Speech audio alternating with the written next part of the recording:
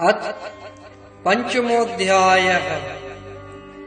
अर्जुन बोले, हे कृष्ण, आप कर्मों के संन्यास की और फिर कर्मयोग की प्रशंसा करते हैं, इसलिए इन दोनों में से जो एक मेरे लिए भली भांति निश्चित कल्याणकारक साधन हो उसको कहिए।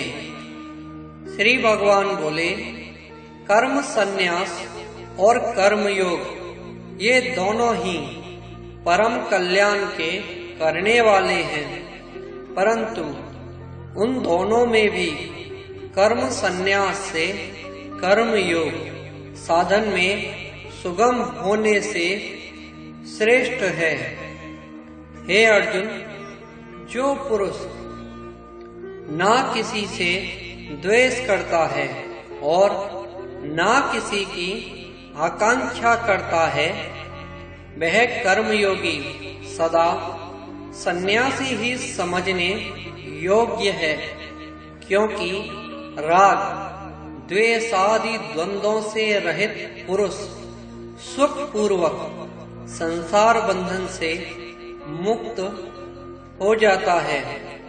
उपर्युक्त संन्यास और कर्मयोग को मूर्ख लोग पृथक पृथक फल देने वाले कहते हैं, ना कि पंडित जन, क्योंकि दोनों में से एक में भी सम्यक प्रकार से स्थित पुरुष दोनों के फल रूप परमात्मा को प्राप्त होता है। ज्ञान योगियों द्वारा जो परम धाम प्राप्त किया जाता है, कर्म योगियों द्वारा भी वही प्राप्त किया जाता है। इसलिए जो पुरुष ज्ञान योग और कर्म योग को फल रूप में एक देखता है, वही यथार्थ देखता है। परंतु हे अर्जुन, कर्म योग के बिना संन्यास अर्थात मन, इंद्रिय और शरीर द्वारा होने वाले संपूर्ण कर्मों में कर्तापन का त्याग प्राप्त होना कठिन है, और भगवत स्वरूप को मनन करने वाला कर्मयोगी परब्रह्म परमात्मा को शीघ्र ही प्राप्त हो जाता है। जिसका मन अपने बस में है, जो जितेंद्रिय एवं विशुद्ध अंतःकरण वाला है और संपूर्ण प्राणियों का आत्मरूप परमात्मा ही जिसका आत्मा है, ऐसा कर्मयोगी कर्म करता हुआ भी लिप्त नहीं होता।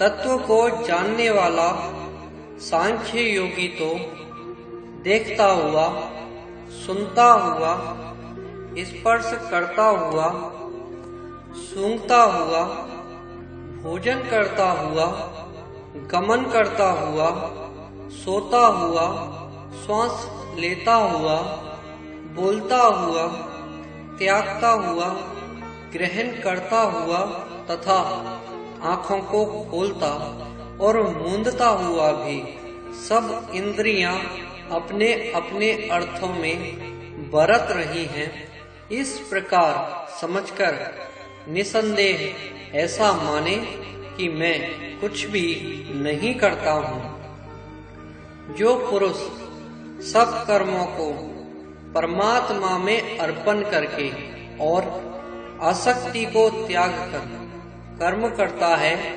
वह पुरुष जल से कमल के पत्ते की भांति पाप से लिप्त नहीं होता।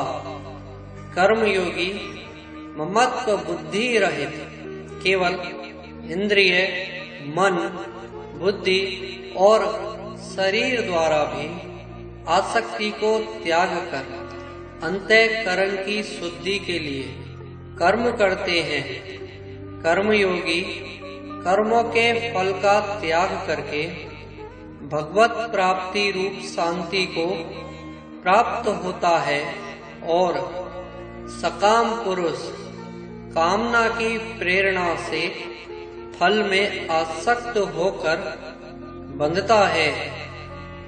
अंतःकरण जिसके बस में है, ऐसा सांख्य योग का आचरण करने वाला पुरुष ना करता हुआ और ना करवाता हुआ ही नव द्वारों वाले शरीर रूप घर में सब कर्मों को मन से त्याग कर आनंद पूर्वक सच्चिदानंद घन परमात्मा के स्वरूप में स्थित रहता है।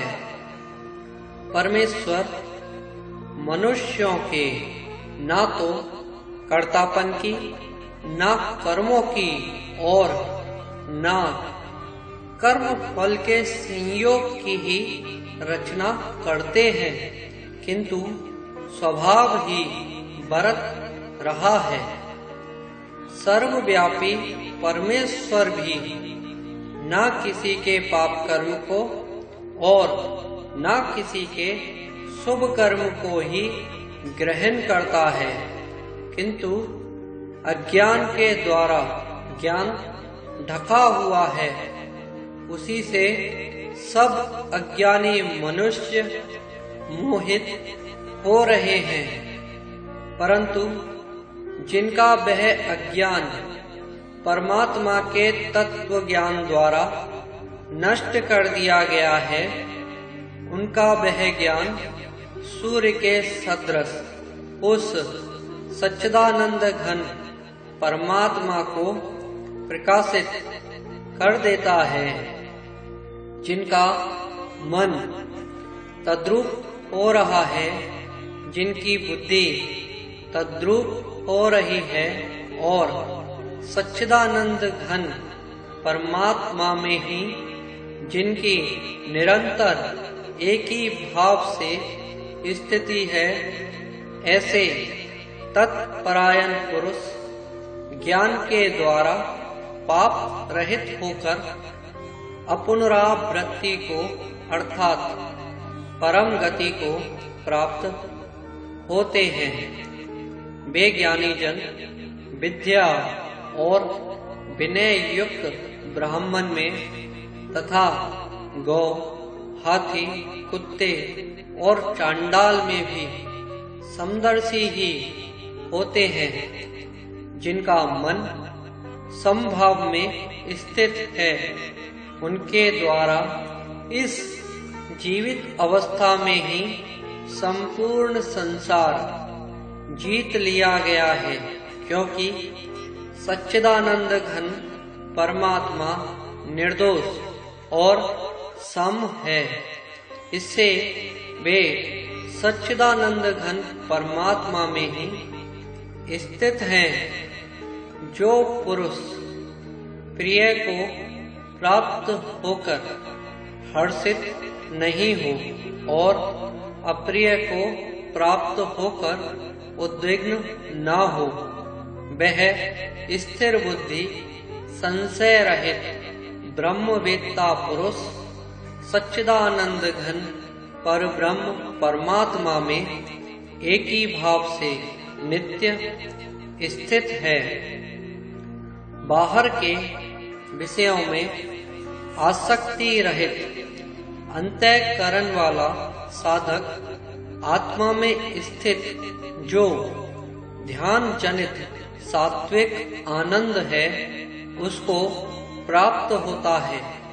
तदनंतर वह सच्चिदानंद घन पर ब्रह्म परमात्मा के ध्यान रूप योग में अभिन्न भाव से स्थित पुरुष अक्षय आनंद का अनुभव करता है। जो ये इंद्रिय तथा विषयों के संयोग से उत्पन्न होने वाले सब भोग हैं, यद्यपि विषयी पुरुषों को सुख रूप भासते हैं, तो भी दुख के ही हेतु हैं और आदि अंत वाले अर्थात अनित्य हैं। इसलिए हे अर्जुन, बुद्धिमान विवेकी पुरुष उनमें नहीं रमता। जो साधक इस मनुष्य शरीर में शरीर का नाश होने से पहले ही काम क्रोध से उत्पन्न होने वाले वेग को सहन करने में समर्थ हो जाता है, वही पुरुष योगी है और वही सुखी है।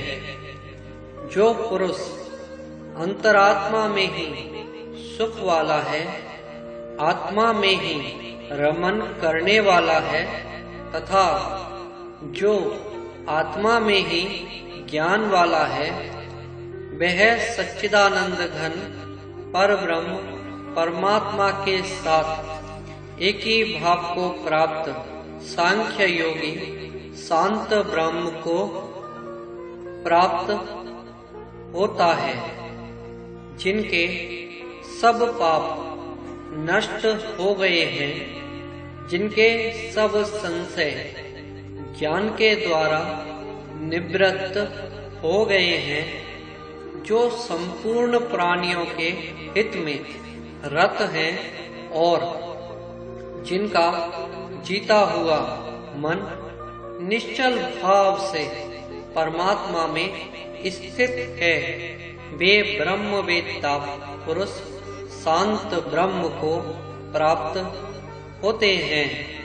काम क्रोध से रहित जीते हुए चित्त वाले पर ब्रह्म परमात्मा का साक्षात्कार किए हुए ज्ञानी पुरुषों के लिए सब ओर से शांत पर ब्रह्म परमात्मा ही परिपूर्ण है। बाहर के विषय भोगों को ना चिंतन करता हुआ बाहर ही निकालकर और नेत्रों की दृष्टि को भ्रकुटी के बीच में स्थित करके तथा नासिका में विचरने वाले प्राण और अपान वायु को सम करके जिसकी इंद्रियां, मन और बुद्धि जीती हुई हैं, ऐसा जो मोक्ष परायण मुनि इच्छा, भय और क्रोध से रहित हो गया है, वह सदा मुक्त ही है। मेरा भक्त मुझको सब यज्ञ और तपों का भोगने वाला, संपूर्ण लोकों के ईश्वरों का भी ईश्वर तथा संपूर्ण भूत प्राणियों का सुहृद अर्थात स्वार्थ रहित दयालु और प्रेमी, ऐसा तत्व से जानकर शांति को प्राप्त होता है। ओम तत्सदिति श्रीमद् भगवत गीता उपनिषत्सु ब्रह्म विद्यायां योग शास्त्रे श्री कृष्णार्जुन संवादे कर्म संन्यास योगो नाम पंचमोऽध्यायः।